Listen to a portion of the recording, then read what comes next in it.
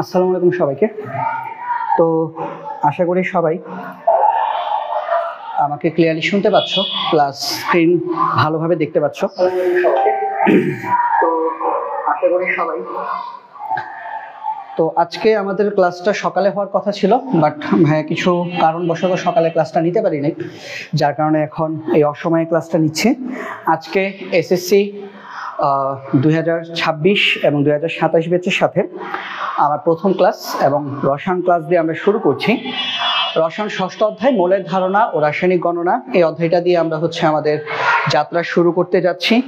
তো যারা যারা ক্লাসে আছো কষ্ট করে তোমাদের ফ্রেন্ডদেরকে একটু মেনশন করে দাও, যাতে করে বাকি সবাই ক্লাসটা দেখতে পারে।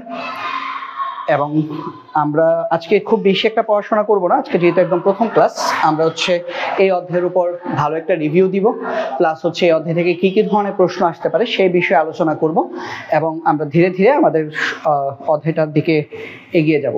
ঠিক আছে? আর প্রত্যেকটা অধ্যায় আমি কিভাবে পড়াবো সেটা একটু তোমাদেরকে বলে দিই।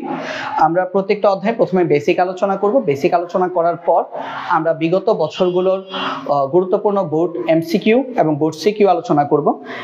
এর মাধ্যমে আমরা প্রত্যেকটা অধ্যায় শেষ করব। তো ঠিক আছে, তাহলে আর দেরি না করে তাহলে চলো শুরু করে দিই আমাদের আজকের ক্লাস। তো আমাদের প্রথম যে আলোচনা মৌলের ধারণা ও রাসায়নিক গণনা, এই জায়গায় আমাদের প্রথম যে আলোচনা সেটা মোল নিয়ে। ঠিক আছে? তো মোল কি?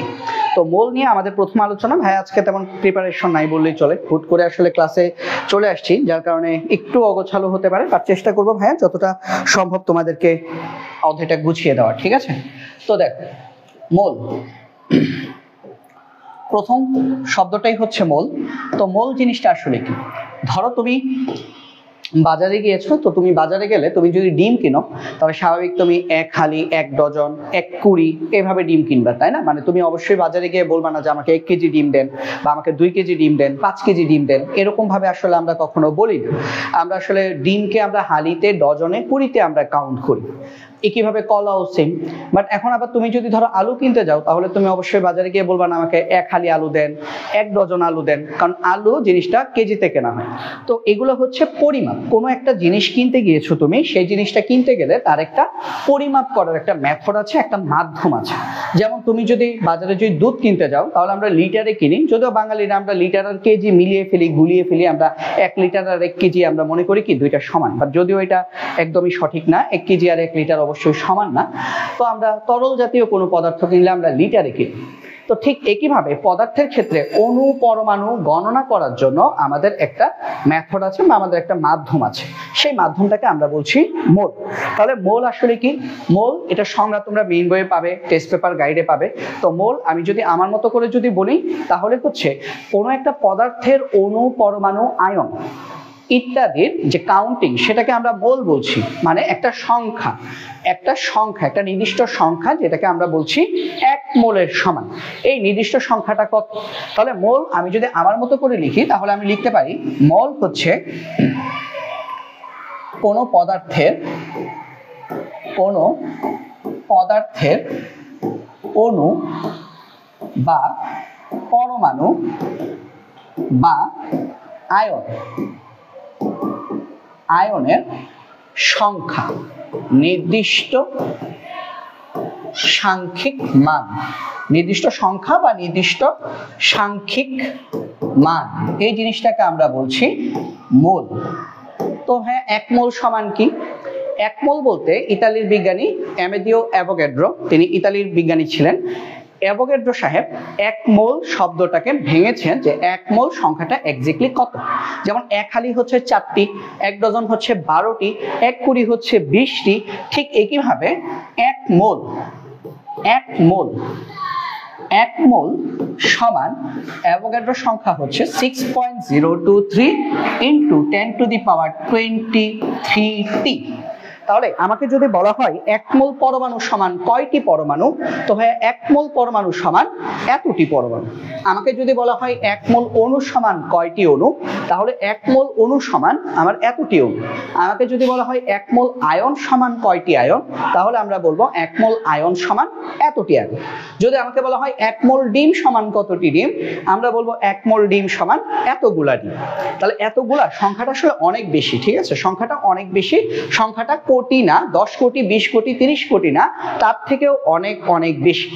সংখ্যাটা ট্রিলিয়ন থেকেও বেশি, বিলিয়ন ট্রিলিয়ন থেকেও বড় সংখ্যা এটা। এখন এই 1 মোল বলতে আর কি কি বোঝায়? এই 1 মোল সমান আরো বোঝায় কোন একটা পদার্থের, কোন একটা অণুর ক্ষেত্রে আণবিক ভর।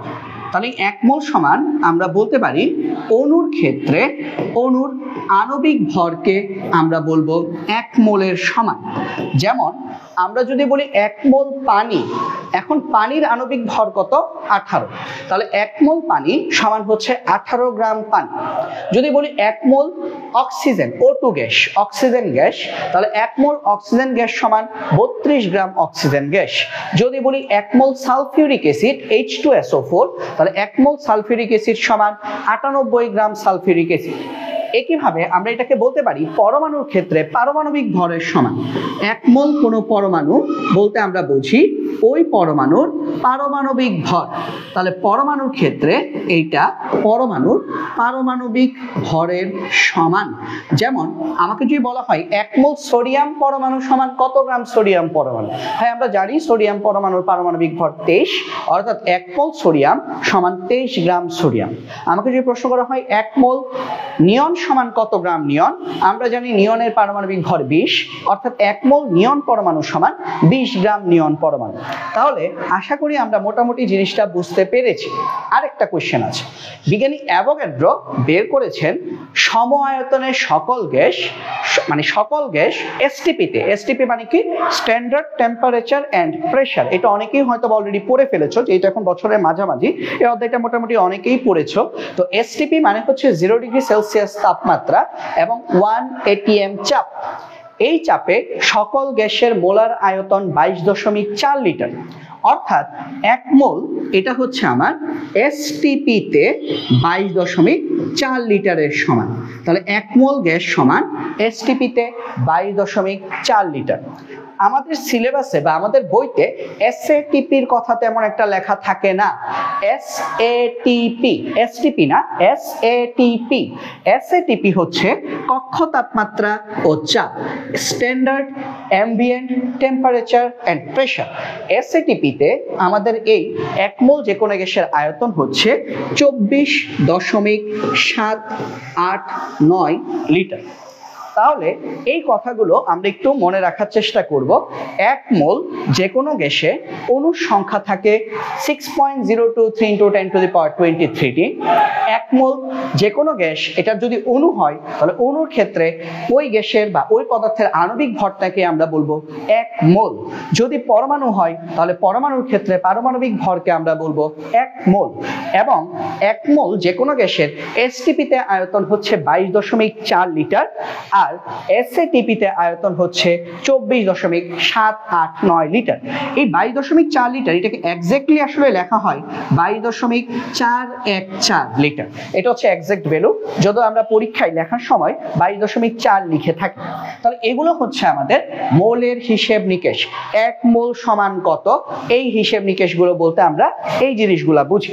তো আমরা মোল কথাটাকে আরেকটু এলাবোরেট করে দেখি আমাদের আর কি কি লেখা যায়। খেয়াল করো, আমরা যদি লিখি 1 মোল সালফিউরিক অ্যাসিড H2SO4 এর ভর কত, ধরো আমি লিখলাম যে 1 মোল সালফিউরিক অ্যাসিডের ভর কত। তো আমরা বলছি যে যে কোনো গ্যাসের বা যে কোনো অ্যাসিড বা যে কোনো পদার্থ, যে কোনো যৌগিক পদার্থ, এটা একটা যৌগ, অনেকগুলো মৌল মিলে একটা যৌগ তৈরি হয়, তাহলে একটা যৌগের আণবিক ভর হচ্ছে তার 1 মোলের সমান। তাহলে আমরা লিখতে পারি এই যে আমাদের সালফিউরিক অ্যাসিড, এটার আণবিক ভর যদি হিসেব করি, হাইড্রোজেন 2টা, 2 একে 2, সালফারের পারমাণবিক ভর 32, আর অক্সিজেন হচ্ছে 16, 4টা অক্সিজেন, 4 16 64, অর্থাৎ 98 গ্রাম। অর্থাৎ 1 মোল সালফিউরিক অ্যাসিড হচ্ছে 98 গ্রাম সালফিউরিক অ্যাসিডের সমান। একইভাবে আমি যদি প্রশ্ন করি তোমাদের যে 1 মোল ক্যালসিয়াম কার্বনেট 1 মোল ক্যালসিয়াম কার্বনেট সমান কত গ্রাম ক্যালসিয়াম কার্বনেট? তাহলে এটার উত্তর কি আসবে? ক্যালসিয়ামের পারমাণবিক ভর 40, কার্বনের 12, অক্সিজেনের 16, তিনটা অক্সিজেন আছে এখানে, এখানে আমাদের টোটাল 3টা অক্সিজেন আছে, তাহলে 16 গুণ 3, দ্যাট মিন্স 100 গ্রাম। তার মানে 1 মোল ক্যালসিয়াম কার্বনেট যে কথা, আমার 100 গ্রাম ক্যালসিয়াম কার্বনেট কিন্তু সেম কথা। তাহলে এভাবে আমরা মোল থেকে গ্রামে কনভার্ট করতে পারি। তাহলে এখান থেকে আমরা একটা কথা বুঝতে পারি, যৌগের ক্ষেত্রে মোল মানে আর কিছুই না, যৌগের ক্ষেত্রে যৌগের আণবিক ভরটাই হচ্ছে তার মোলকে রিপ্রেজেন্ট করে। তো এখানে আমি এই কথাটা ছোটভাবে লিখি। এখান থেকে আমরা বুঝলাম যে যৌগের ক্ষেত্রে এর আণবিক ভরই মোল প্রকাশ করে। মানে যৌগের ক্ষেত্রে 1 মোল বলতে আমরা বুঝি ওই যৌগের আণবিক ভর। তাহলে এই কথাটা আমরা লিখে দিই, অর্থাৎ 1 মোল যৌগ সমান যৌগের আণবিক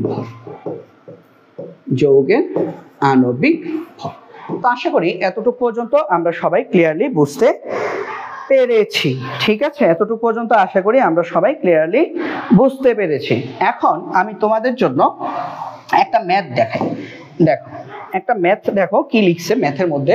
এখানে বলা আছে 1 গ্রাম, এটা তোমাদের মেইন বইয়ের একটা ম্যাথ, সালফিউরিক অ্যাসিডে কতগুলো সালফিউরিক অ্যাসিড অণু আছে, কতগুলো সালফিউরিক অ্যাসিডের অণু আছে। দেখো এখন 1 গ্রাম সালফিউরিক অ্যাসিডের অণুর সংখ্যা কত সেটা বের করতে বলেছে। তো ভাইয়া শোনো, আমরা জানি 1 মোল পদার্থে অ্যাভোগাড্রো সংখ্যক অণু থাকে। তার মানে অ্যাভোগাড্রো মানে কি 6.023 × 10⁻23। তাহলে আমি কথাটা একটু লিখি। আমরা জানি 1 মোল অণুতে অ্যাভোগাড্রো সংখ্যাকে আমরা n এ দিয়ে প্রকাশ করব।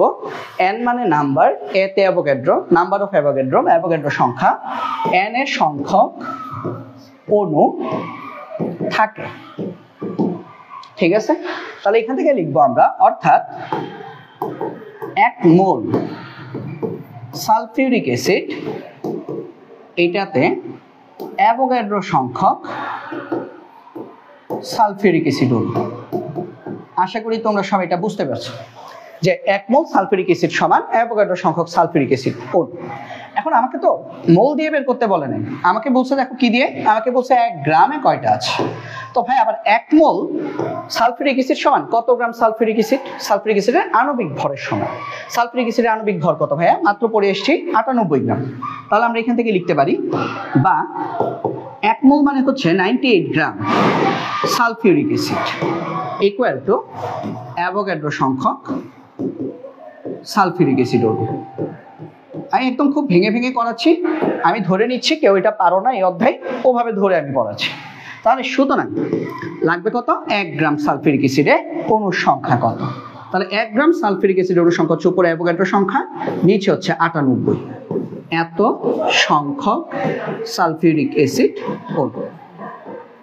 তো আমরা যদি এটা হিসাব করি, এই অ্যাভোগাড্রো সংখ্যা n এর বদলে কি বসাবা? 6.023 × 10⁻23 ডিভাইডেড বাই 98।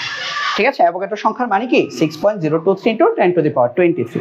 তাহলে হিসাব করলে এটা আসবে 6.14 × 10⁻21t। তাহলে 1 গ্রাম সালফিউরিক অ্যাসিডে আমাদের এতটি সালফিউরিক অ্যাসিডের অণু থাকে। তো আশা করি এই জিনিসটা সবাই খুব ইজিলি বুঝতে পেরেছো। এটা আসলে না বোঝার মতো তেমন কিছুই না, ভেরি সিম্পল, অনেক ইজি একটা জিনিস যে আমাদের 1 গ্রাম সালফিউরিক অ্যাসিডে আমাদের কয়টি অণু থাকে। 1 গ্রাম সালফিউরিক অ্যাসিডে আমাদের 6.14 × 10⁻21 এতটি অণু থাকে। ঠিক আছে, এইটা। আচ্ছা, এখন আমি যদি এখানে একটু ট্রিক্স খাটানো হয়, অনেক সময় প্রশ্নটা করা হয় এরকম, ধরো বলো 1 গ্রাম সালফিউরিক অ্যাসিডে কতটি অক্সিজেন পরমাণু আছে, এটা যদি বলে। ধরো বললো 1 গ্রাম সালফিউরিক অ্যাসিডে অণুতে কতটি অক্সিজেন পরমাণু পরমাণু আছে, তখন আমাদের একটু ঝামেলা হয়ে যায়। তো এই ঝামেলাটা দেখো আমরা একটু সলভ করি আগের মতোই। তো আমি আগের মতো একটু ডিটেলসে না লিখি, তাহলে দেখো 1 মোল সমান কত, 98 গ্রাম সালফিউরিক অ্যাসিড। এই 98 গ্রাম সালফিউরিক অ্যাসিডে আমাদের অক্সিজেন পরমাণু কয়টা, আগে এটা দেখি। অক্সিজেন পরমাণুর সংখ্যা। এখন একটু খেয়াল করো, একটা সালফিউরিক অ্যাসিডে অক্সিজেনের পরমাণু আছে কয়টা, 4টা। একটা সালফিউরিক অ্যাসিডে অক্সিজেন পরমাণু আছে 4টা, এই যে O4, 4টা। তাহলে 1 মোল সালফিউরিক অ্যাসিডে অক্সিজেন পরমাণু কয়টা থাকবে, একটাতে যদি 4টা থাকে 1 মোলে কয়টা থাকবে ভাই, 4 মোল থাকবে। 1 এ 4 না, 1 এ 4। একটি সালফিউরিক অ্যাসিডের অণু আছে একটা, বাট একটা সালফিউরিক অ্যাসিডের মধ্যে অণুর মধ্যে 2টা হাইড্রোজেন, একটা সালফার, 4টা অক্সিজেন। যদি বলতো একটি সালফিউরিক অ্যাসিডের অণুতে কয়টি পরমাণু আছে, মোট কয়টি, 2টি, 3টি আর 4টি, টোটাল কয়টা, 7টা। হাইড্রোজেন 2টা, সালফার 1টা, অক্সিজেন 4টা। যদি বলতো 1 গ্রাম সালফিউরিক অ্যাসিড অণুতে কতটি পরমাণু আছে, অক্সিজেন না, যদি বলতো মোট কতটি পরমাণু আছে, তাহলে ভাই 7টা হতো। 1 মোলে 7টা, 1 মোলে 7 মোল পরমাণু আছে। বাট এখানে বলছে কয়টি অক্সিজেন পরমাণু আছে, তাহলে একটা সালফিউরিক অ্যাসিড অণুতে অক্সিজেন পরমাণু আছে 4টা, তাহলে 1 মোল বা 98 গ্রাম সালফিউরিক অ্যাসিডে অক্সিজেন পরমাণুর সংখ্যা হচ্ছে 4 মোল বা 4 ইনটু অ্যাভোগাড্রো সংখ্যা। কারণ কি, কারণ 1 মোল পরমাণু মানে হচ্ছে অ্যাভোগাড্রো সংখ্যক পরমাণু, তাহলে 4 মোল পরমাণু মানে হচ্ছে 4 ইনটু অ্যাভোগাড্রো সংখ্যক পরমাণু। এটা আশা করি সবাই বুঝতে পেরেছো। আচ্ছা, তাহলে সুতরাং আমাকে বলছে 1 গ্রাম সালফিউরিক অ্যাসিডে অক্সিজেন পরমাণুর সংখ্যা কত, তাহলে কত আসবে, 4 ইনটু অ্যাভোগাড্রো সংখ্যা ডিভাইডেড বাই 98। তো এটা একটু কষ্ট করে তোমরা ভাগ করে নিও, ভাইয়ের কাছে এই মুহূর্তে ক্যালকুলেটর নাই হাতের কাছে, তো এটা তোমরা আনসারটা ভাগ করে নিও এতটি, ঠিক আছে। এখানে আনসারটা লিখে নিও যত আসে, ঠিক আছে, এখানে আনসারটা লিখে নিও, ঠিক আছে, যত আসে এতটি। তাহলে আশা করি জিনিসটা তোমাদের কাছে ক্লিয়ার হয়ে গেছে। একইভাবে তোমাকে যে প্রশ্ন করা হতো 1 গ্রাম সালফিউরিক অ্যাসিডে হাইড্রোজেন পরমাণুর সংখ্যা কত, তাহলে হাইড্রোজেন হলে এখানে 2 লিখতে, 2 ইনটু অ্যাভোগাড্রো সংখ্যা। কারণ কি, একটা সালফিউরিক অ্যাসিডে 2টা হাইড্রোজেন পরমাণু আছে, তাহলে 1 গ্রাম সালফিউরিক অ্যাসিডে বা 1 মোল সালফিউরিক অ্যাসিডে 2 ইনটু অ্যাভোগাড্রো সংখ্যক হাইড্রোজেন পরমাণু থাকবে। তো আশা করি এই জিনিসটা তোমরা সবাই ক্লিয়ারলি বুঝতে পেরেছো। ওকে, তারপরে আমরা একটু দেখি।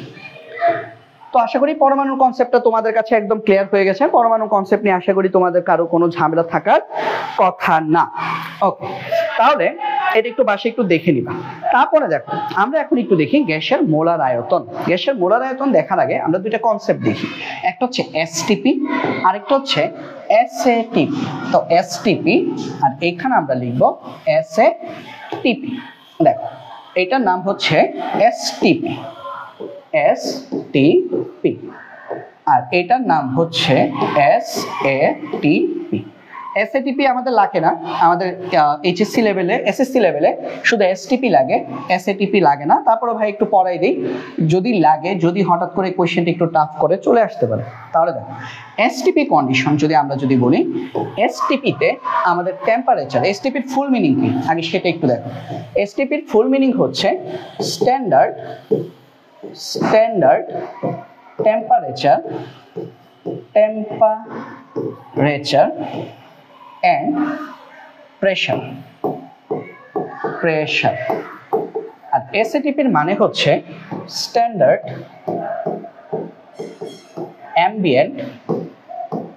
ambient temperature and pressure. এগুলো অনেক সময় জ্ঞানমূলক প্রশ্নে চলে আসে যে এসটিপির ফুল ফর্ম কি, পূর্ণরূপ কি, এসএটিপির পূর্ণরূপ কি, এগুলো একটু মুখস্থ রাখবা। এখন আসো এসটিপি মানে কি। এসটিপি মানে হচ্ছে প্রমাণ তাপমাত্রা ও চাপ। এটাকে বাংলাতে কি বলে, প্রমাণ তাপমাত্রা ও চাপ।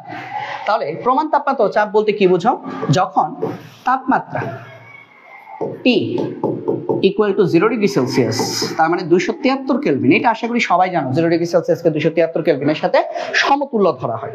তারপরে হচ্ছে যখন চাপ 1 atm, বা এটাকে আমরা এই 1 atm কে আমরা 1 atm বা এটাকে আমরা 101.325 কিলো প্যাসকেল বলি, ঠিক আছে, 101.325 কিলো প্যাসকেল বলি। আর এসটিপিতে আয়তন, 1 মোল গ্যাসের আয়তন হচ্ছে 22.4 লিটার। ওকে, 22.4 লিটার। আর এসএটিপি কি? এসএটিপি হচ্ছে, আচ্ছা এখানে একটু লিখে দিই, এটা হচ্ছে চাপ, আর এই যে ভি, এটা হচ্ছে 1 মোল গ্যাসের আয়তন, 1 মোল গ্যাসের আয়তন, এটাকে আমরা বলি গ্যাসের মোলার আয়তন। হ্যাঁ, গ্যাসের মোলার আয়তন ভি ইকুয়াল টু 22.4 লিটার। আর এসএটিপি মানে হচ্ছে যখন আমাদের তাপমাত্রা, কক্ষ তাপমাত্রা 25 ডিগ্রি সেলসিয়াস, কক্ষ তাপমাত্রা 25, কেন কক্ষ তাপমাত্রা 25 ডিগ্রি সেলসিয়াস ধরা হয়? এটা একটা নিয়ম আছে।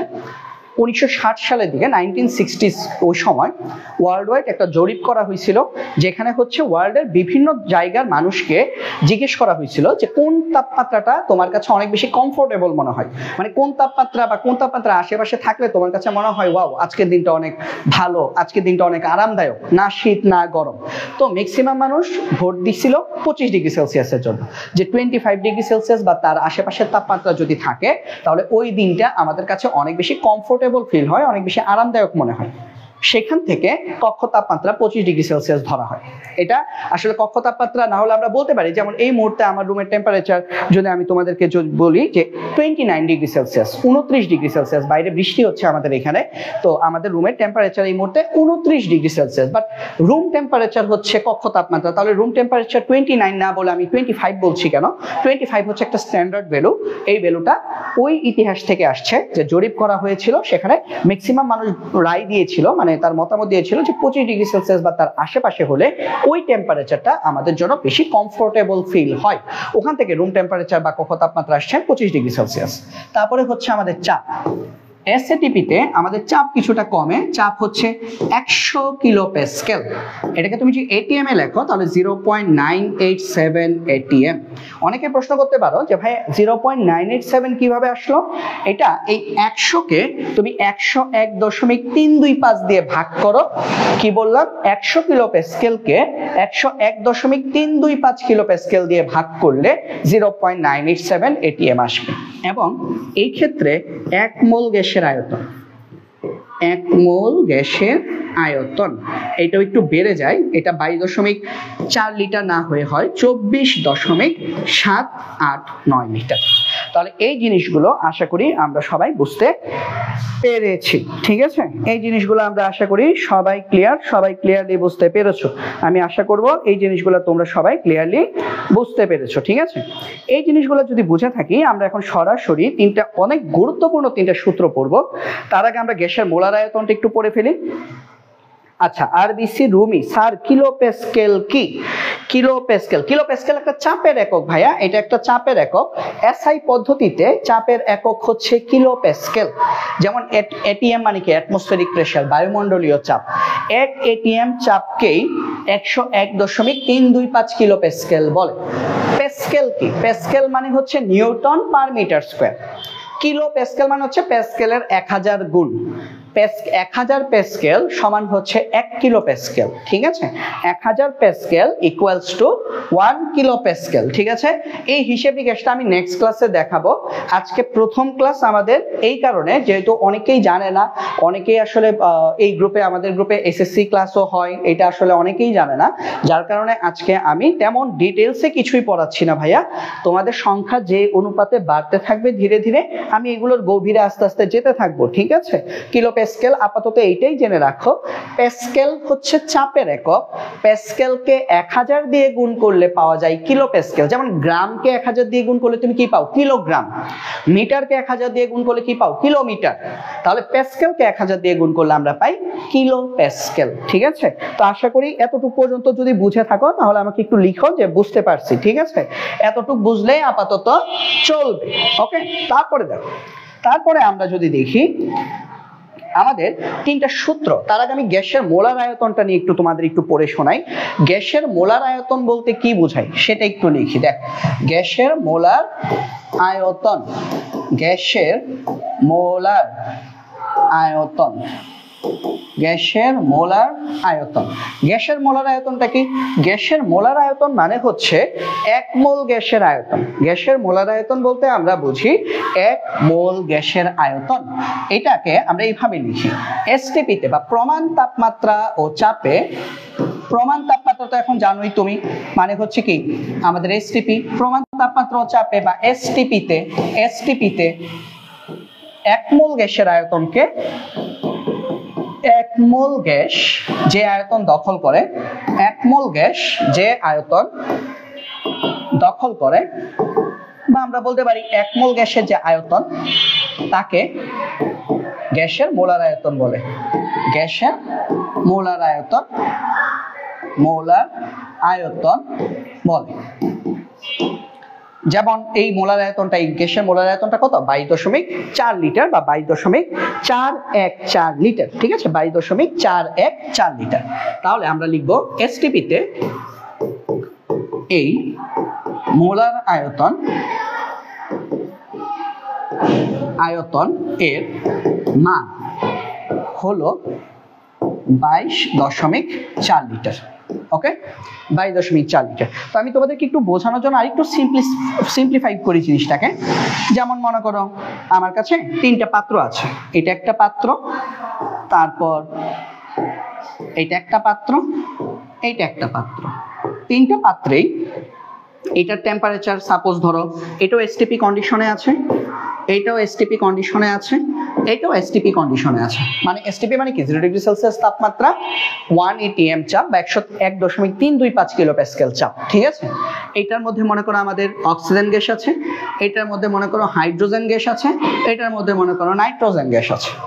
নাইট্রোজেন গ্যাস আছে কতটুকু করে আছে? 1 মোল। এটার মধ্যে আছে ধরো 1 মোল, 1 মোল, 1 মোল, 1 মোল। এখন কথা হচ্ছে, যদিও এই গ্যাসগুলোর নাম আলাদা আলাদা, hydrogen gas, oxygen gas, nitrogen gas, আমরা জানি হাইড্রোজেন গ্যাস সবচেয়ে হালকা, নাইট্রোজেন গ্যাস হাইড্রোজেন গ্যাস থেকে একটু ভারী গ্যাস, অক্সিজেন গ্যাস এই 3টার মধ্যে সবচেয়ে ভারী গ্যাস। বাট তা সত্ত্বেও যেহেতু এসটিপি কন্ডিশন, তাই 1 মোল অক্সিজেন গ্যাস রাখতে গেলে এই পাত্রের আয়তন হতে হবে মিনিমাম 22.4 লিটার। আবার 1 মোল হাইড্রোজেন গ্যাস রাখতে গেলে এই পাত্রের আয়তনও হতে হবে মিনিমাম 22.4 লিটার। 1 মোল নাইট্রোজেন গ্যাস রাখতে গেলে এই পাত্রের আয়তন হবে মিনিমাম 22.4 লিটার।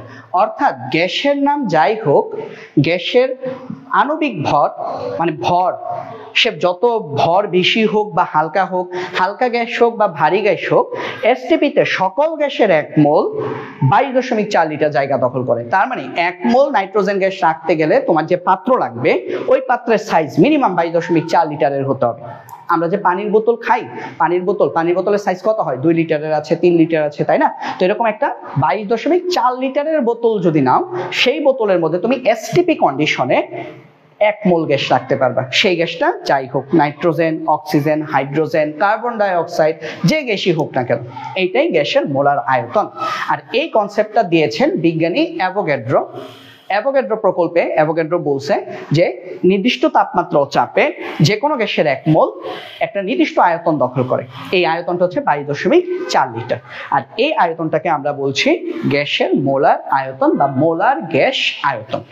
আশা করি এই গ্যাসের মোলার আয়তন বা মোলার গ্যাস আয়তনের যে কনসেপ্ট, এটা আমরা সবাই ক্লিয়ারলি বুঝতে পেরেছি আশা করি। এখন চলো আমরা দেখি আমাদের পরের টপিকটাতে যাই। আমাদের পরের টপিকে আমরা 3টা সূত্র দেখব এবং এই 3টা সূত্রে আজকে টুকিটাকি ম্যাথ দেখব। দেখে আমাদের আজকের ক্লাস আমরা শেষ করব।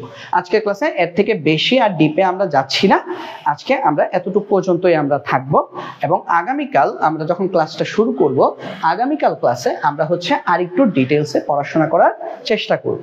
তাহলে দেখো আমাদের কিছু সূত্র, আমাদের এখনকার টপিক হচ্ছে গুরুত্বপূর্ণ কিছু সূত্র।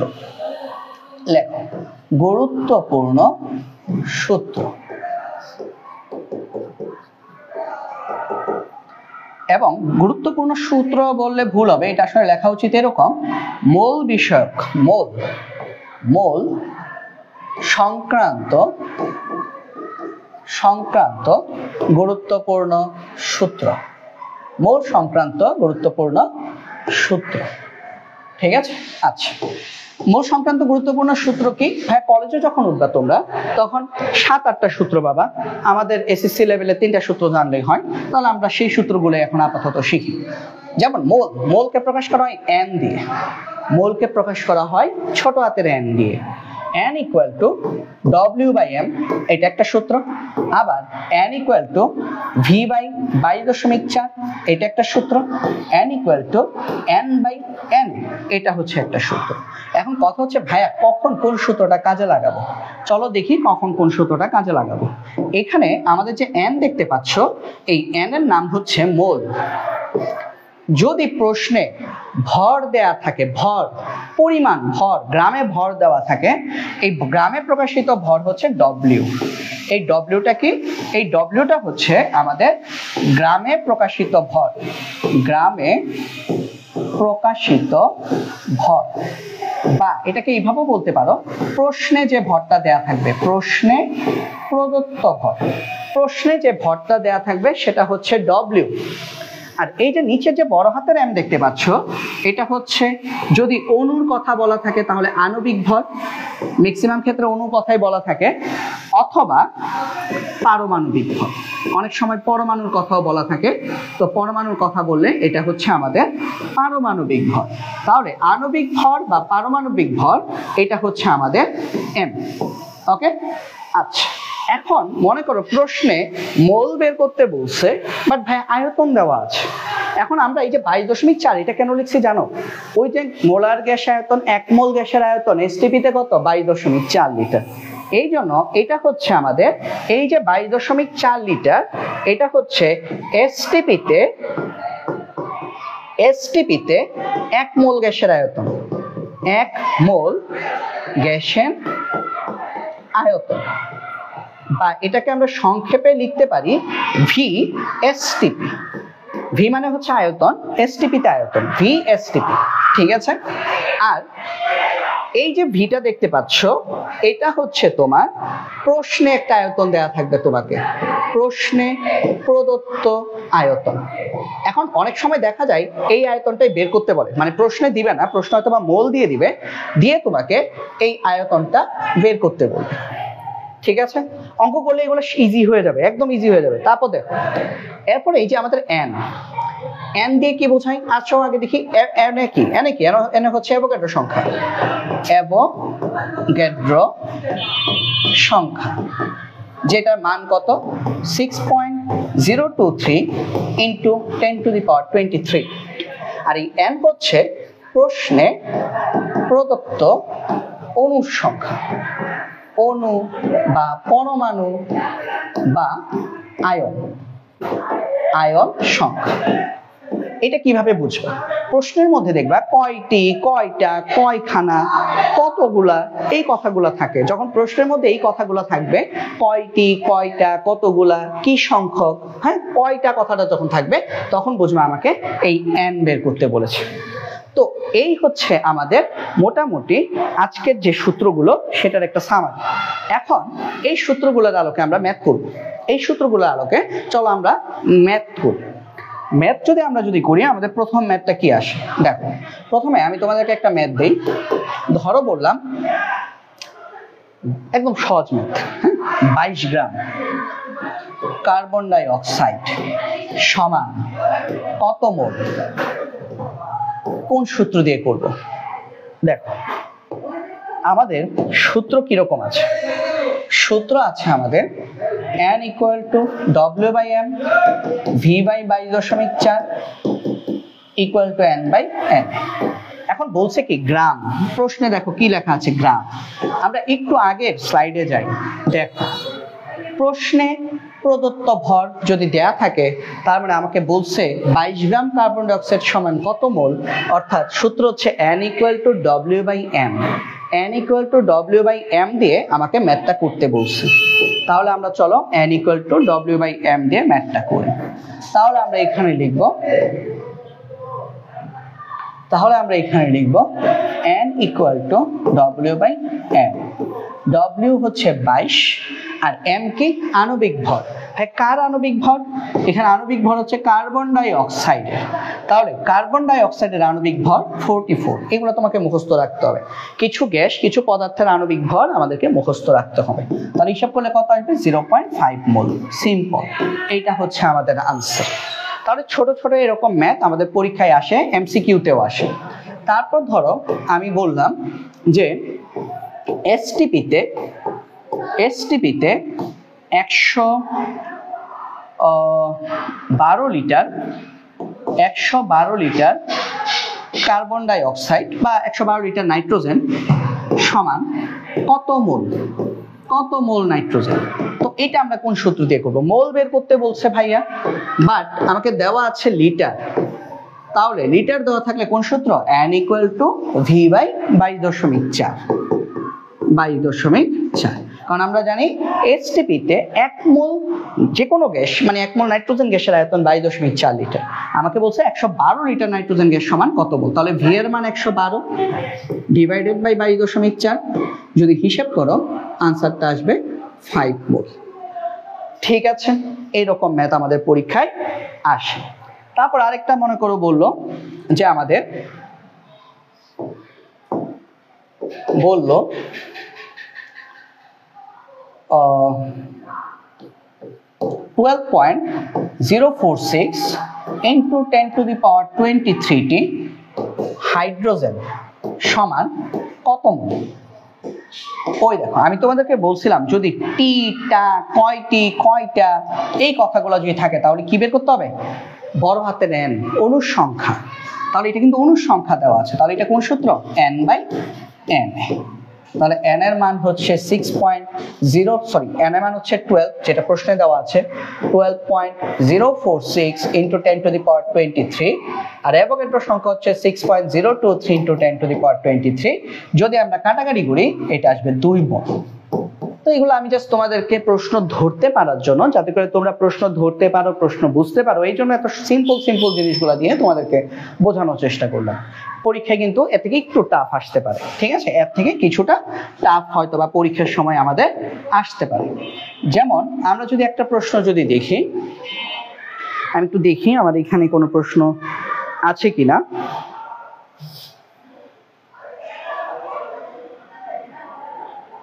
ধরো প্রশ্ন হলো যে এসটিপিতে 1 লিটার নাইট্রোজেন গ্যাসে কতটি অণু আছে। ধরো প্রশ্ন হচ্ছে এসটিপিতে 1 লিটার নাইট্রোজেন গ্যাসে কতটি অণু আছে। তাহলে 1 লিটার নাইট্রোজেন গ্যাস, দেখো লিটার মানে কি? আয়তন। তাহলে এটা থেকে কি বুঝলাম? v/22.4। বের করতে বলছি কি? কতটি? টি মানে কি? n/n। আশা করি জিনিসটা বুঝছো। লিটার থেকে এই সূত্রটা আসছে আর কতটি থেকে এই জিনিসটা আসছে। এখন বের করতে বলছি কি? কতটি মানে আমাকে বের করতে বলছে n এর মান কত, n কত। তাহলে লিখি বা n = v × na divided by 22.4। ভাই আর গুণ করছি, আর কিছুই করিনি। তারপরে দেখো ভি কত? 1 লিটার, na কত? 6.023 into 10⁻23 ডিভাইডেড বাই 22.4।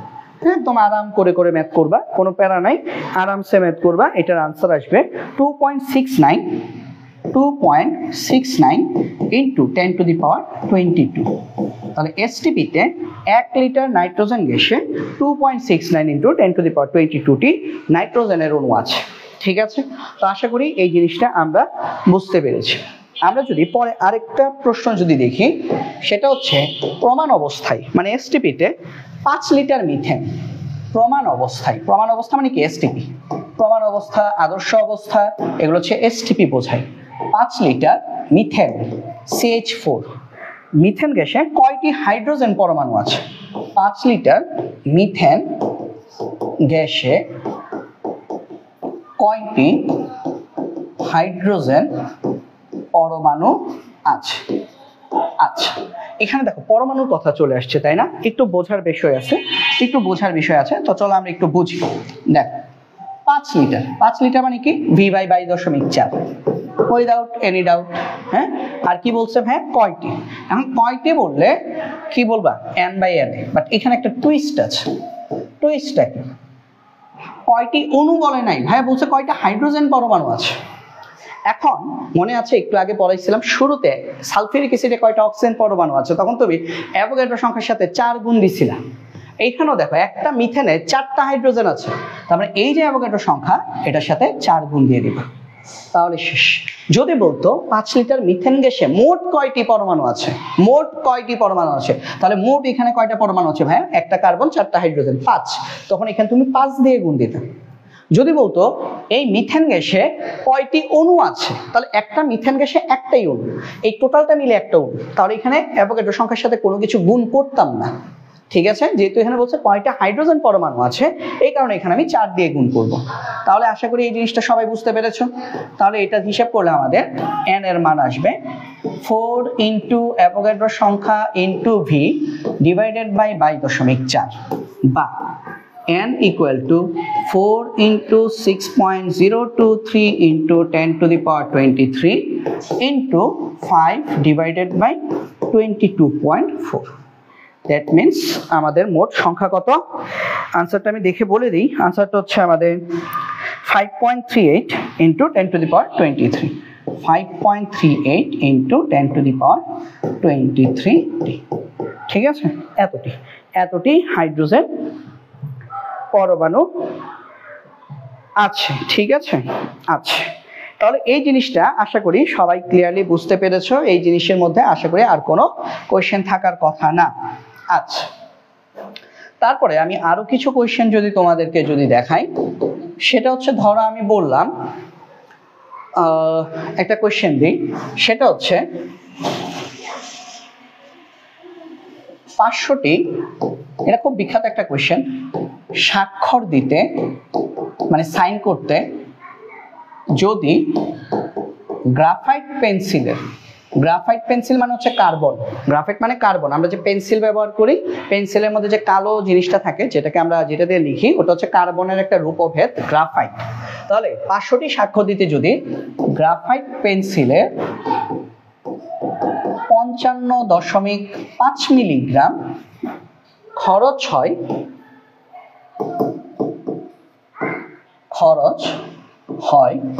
তাহলে প্রতিটি স্বাক্ষরে কয়টি কার্বন পরমাণু খরচ হবে? এটা কমন একটা কোয়েশ্চেন, প্রত্যেক মোটামুটি অনেক বইতে এই কোয়েশ্চেনটা থাকে। তাহলে চলো আমরা দেখি। এখন দেখো কি বলছে, প্রথম বলছে হ্যাঁ 500টি স্বাক্ষর দিতে, 500টি সাইন করতে 55.5 মিলিগ্রাম খরচ হয়। আবার এখানে বলছে তাহলে প্রত্যেকটা মানে একটা সাইন দিতে কয়টা কার্বন পরমাণু খরচ হবে, তাহলে প্রথমে কি করবা ভাইয়া, প্রথমে 500টি স্বাক্ষর দিতে খরচ হয় এত মিলিগ্রাম, একটা স্বাক্ষর দিতে কতটুকু খরচ হয় এটা আগে বের করি। তাহলে লিখি, তাহলে 500টি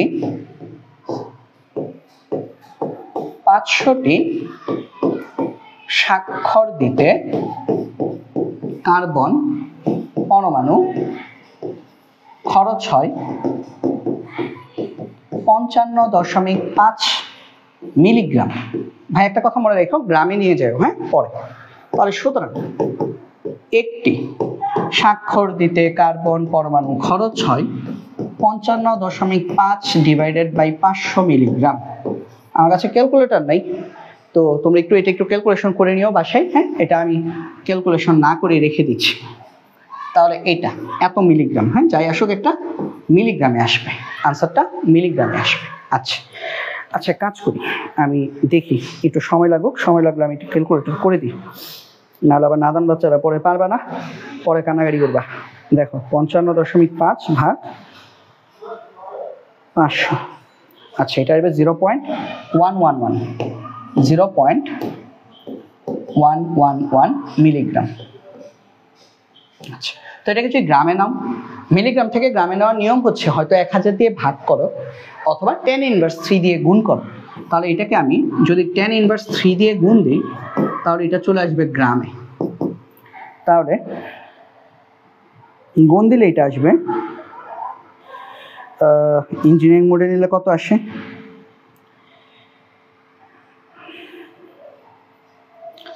আচ্ছা, ইঞ্জিনিয়ারিং মোডে নিলে এটা 1.11।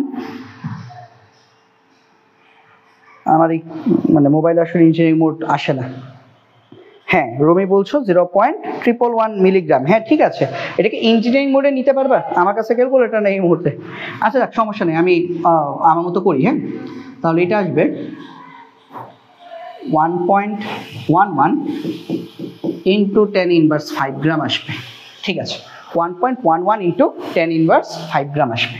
ওকে, আচ্ছা এখন কথা হচ্ছে একটা স্বাক্ষর দিতে এত গ্রাম খরচ হয়, আমাকে গ্রাম বের করতে বলে না, আমাকে বলছে কয়টা। তাহলে বাকি অংশটা আমি এখানে করি। হ্যাঁ, বাকি অংশটা আমি এখানে করে দিই। তাহলে দেখো, এখন গ্রাম বলছে। হ্যাঁ, মনে আছে প্রশ্নে যদি ভর দেওয়া থাকে তাহলে সূত্র কি? W/m। আর বের করতে বলছে কি? কয়টি, তার মানে N/N। তাহলে এখান থেকে তুমি N বের করো, W into NA divided by M, বা N ইকুয়াল টু W কত? 1.11 10⁻5, অ্যাভোগাড্রোর সংখ্যা কত? 6.023 ইন্টু 10⁻23 ডিভাইডেড বাই কার্বনের পারমাণবিক ভর হচ্ছে 12। তাহলে হিসাব করলে তোমাদের আনসার যা আসে এখানে লিখবা এতটি। তাহলে একটা স্বাক্ষর দিতে এইটা অঙ্ক করে যে আনসারটা আসে এতটি কার্বন পরমাণু খরচ হবে। এই জায়গাটা কেউ যদি না বুঝতে পারো সেটা আমাকে বলবা, আমি আরেকবার বলে দিচ্ছি। তুমি অঙ্ক করে এই জায়গায় এসে কি পাইছো? গ্রাম পাইছো। একটা স্বাক্ষর দিতে কত গ্রাম খরচ হয়, তো আমরা একটু আগে পড়ে আসছিলাম গ্রাম দেয়া থাকলে সূত্র হচ্ছে মোল বের করার সূত্র কি? W/m। আর বের করতে বলছে কয়টি, টি বললে N/N। তাহলে এই যে N/N এটা থেকে হচ্ছে আমরা বের করে ফেললাম আমাদের মূল সূত্র। তাহলে W/m ইকুয়াল টু N/N, এখান থেকে আমরা N equal to W into NA divided by M। W জায়গায় আমরা বসাইছি যেটা আমরা পাইছি 1.11 ইন্টু 10⁻5, NA অ্যাভোগাড্রোর সংখ্যা বসাইছি, আর M হচ্ছে গ্রাফাইট। গ্রাফাইট কি? কার্বন পরমাণু। কার্বন পরমাণু পারমাণবিক ভর হচ্ছে 12। তাহলে হিসেব করে যত আসে সেটাই হবে আমাদের আনসার। তো আশা করি এই জিনিসটা সবাই বুঝতে পেরেছো। ঠিক আছে, তো এই জিনিসটা আশা করি সবাই বুঝতে পেরেছো। তো যদি এই জিনিসটা যদি বুঝতে পারো তাহলে আমাদের আর কি মোল এবং আণবিক সংকেত এটা তো আসলে সবাই পারবা। লাস্ট টপিকটা একটু দেখাই দিই, এই জিনিসগুলো একটু বাসে একটু করবা। আর আজকের একদম লাস্ট টপিকে যাই, সেটা হচ্ছে মোল এবং আণবিক সংকেত। মানে আণবিক সংকেত থেকে যে মোল বোঝা যায়, মোল এবং আণবিক সংকেত মানে কোনো একটা যৌগের আণবিক সংকেতটাই তার মোল নির্ধারণ করে। আণবিক সংকেত এবং মোল, মোল এবং আণবিক সংকেত। তো মোল এবং আণবিক সংকেত এই কথাটা দিয়ে আসলে কি বোঝায়? এটা হচ্ছে কোনো পদার্থের আণবিক সংকেত তুমি যদি জানো, যেমন তোমাকে আমি বললাম যে 1 মোল, তোমাকে বললাম 1 মোল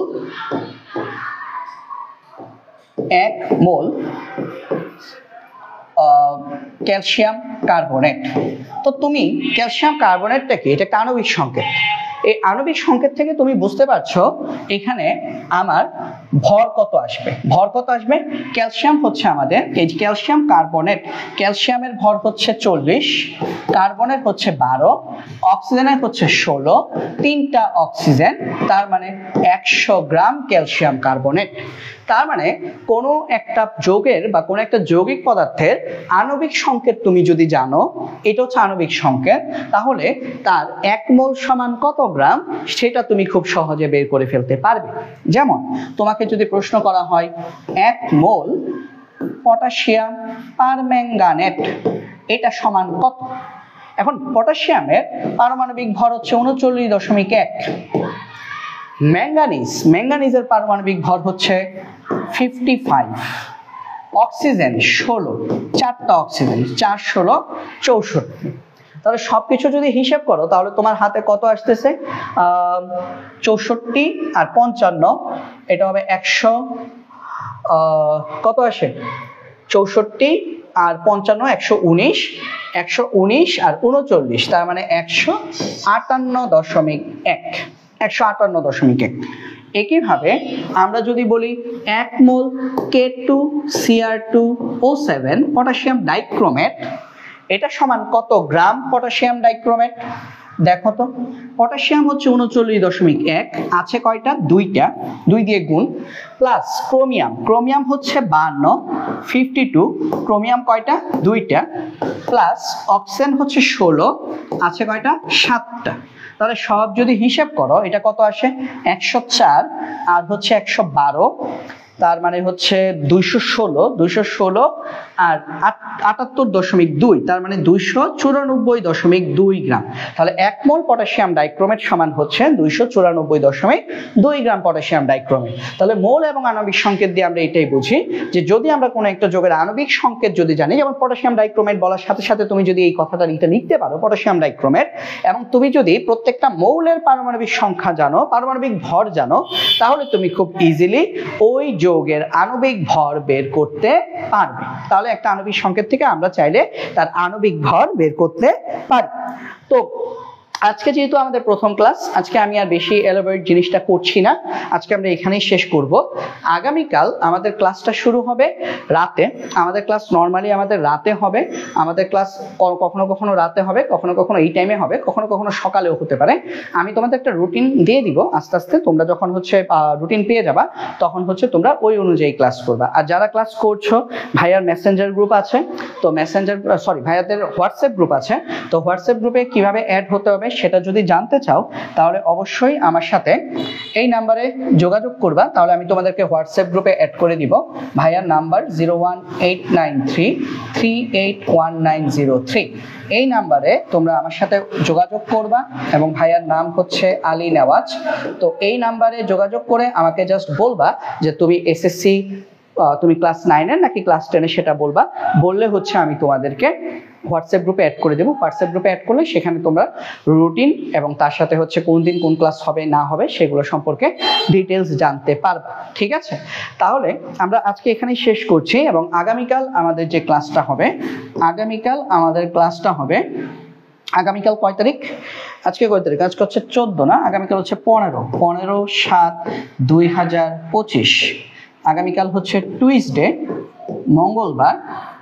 মঙ্গলবার আমাদের ক্লাসটা হবে at 9:30 PM, মানে রাত 9:30টায়। এবং আগামীকাল ক্লাসে আমরা পড়বো মোলার দ্রবণ সম্পর্কে, মোলার দ্রবণ, সেমিমোলার দ্রবণ, ডেসিমোলার দ্রবণ, সেন্টিমোলার দ্রবণ। তারপর মোলার দ্রবণ একটা বিখ্যাত সূত্র আছে W=SVM/1000, এই সূত্রটা পড়বো এবং এই সূত্র রিলেটেড ম্যাথ করব।